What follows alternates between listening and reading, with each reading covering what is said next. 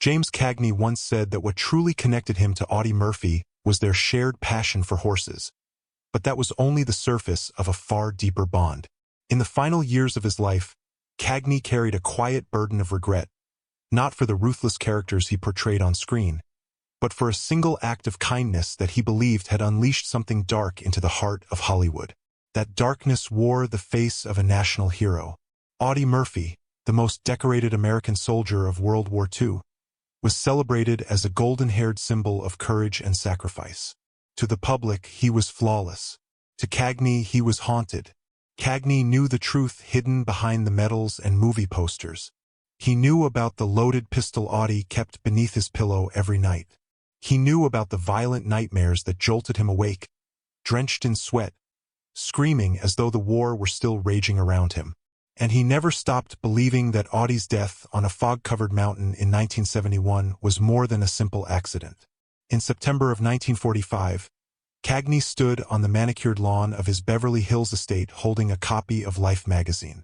On the cover was a young man with an almost childlike face, bright blue eyes, and soft blonde hair. The caption beneath that gentle image told a different story.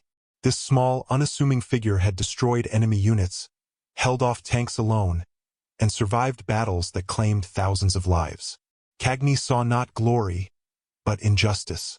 A man who had given everything to his country was returning home with no future, no direction, and no protection from his own memories.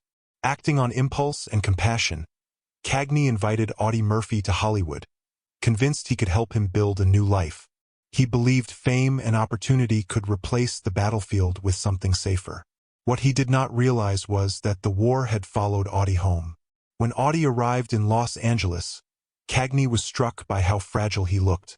Instead of a hardened warrior, he saw a thin, exhausted young man swallowed by an oversized uniform.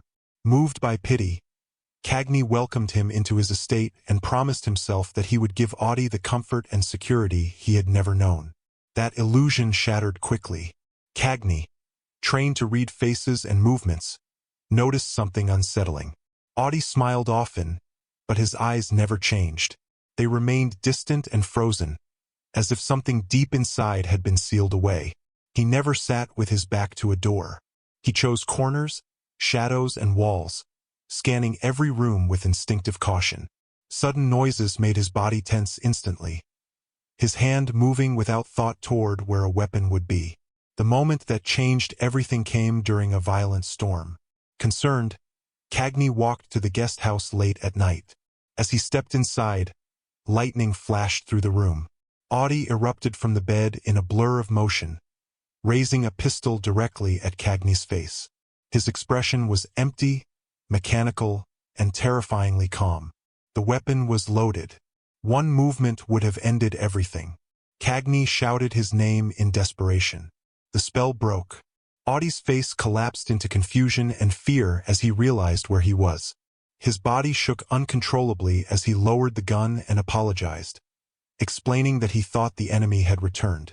That night, Cagney sat alone with a glass in his hand, fully understanding that Audie Murphy had never left the battlefield. He had brought the war into his own home. Cagney eventually accepted that he could not heal Audie, but he could redirect him. He believed that if Audie's darkness could not be erased, it could be transformed. Hollywood, hungry for strong and silent heroes, embraced Audie instantly. His stiff movements, his intense stare, his ability to draw a weapon without hesitation all felt authentic because they were. Audiences praised his realism, unaware that he was not acting at all. Audie's success grew rapidly. He became wealthy, admired, and powerful. Yet behind the scenes, nothing improved. Each war film reopened wounds that never closed. Explosions on set echoed too closely to real memories. When filming ended, silence became unbearable. To replace the rush of combat, Audie turned to risk. Gambling became his new battlefield. Racetracks and casinos replaced trenches and gunfire.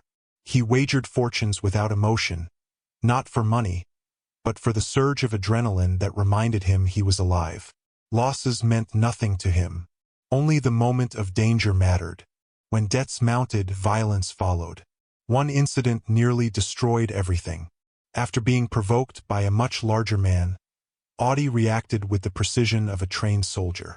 The confrontation ended in seconds. The damage was severe. Audie showed no anger, no satisfaction, only calm detachment. Cagney used his influence to suppress the fallout, but fear took root. Audie was no longer chasing excitement. He was losing control. As his career declined and finances collapsed, Audie made a fatal choice. He borrowed from criminals who did not forgive failure. Threats became routine. Surveillance followed him everywhere. His paranoia returned in full force. He altered daily routines, fortified his home, and prepared his family for emergencies no one should face. In their final meeting, Audie handed Cagney a list of names. He admitted he was trapped and could see no escape. His fear was no longer death, but how it might come. Cagney watched him leave with a sense of finality he could not shake. Days later, Audie boarded a small plane during severe weather. He appeared calm, almost resigned. The aircraft never reached its destination. It struck a mountainside and killed everyone on board. Authorities ruled it an accident and closed the case quickly. Cagney never believed it was that simple. Whether fate, exhaustion, or something darker caused the crash no longer mattered. The war that had consumed Audie Murphy since 1945 finally ended in 1971. He was buried with honor, remembered as a hero, but Cagney knew the truth. Beneath the medals and movie roles was a soldier who never found peace in life. His story stands as a quiet reminder that surviving war can sometimes be more devastating than dying in it.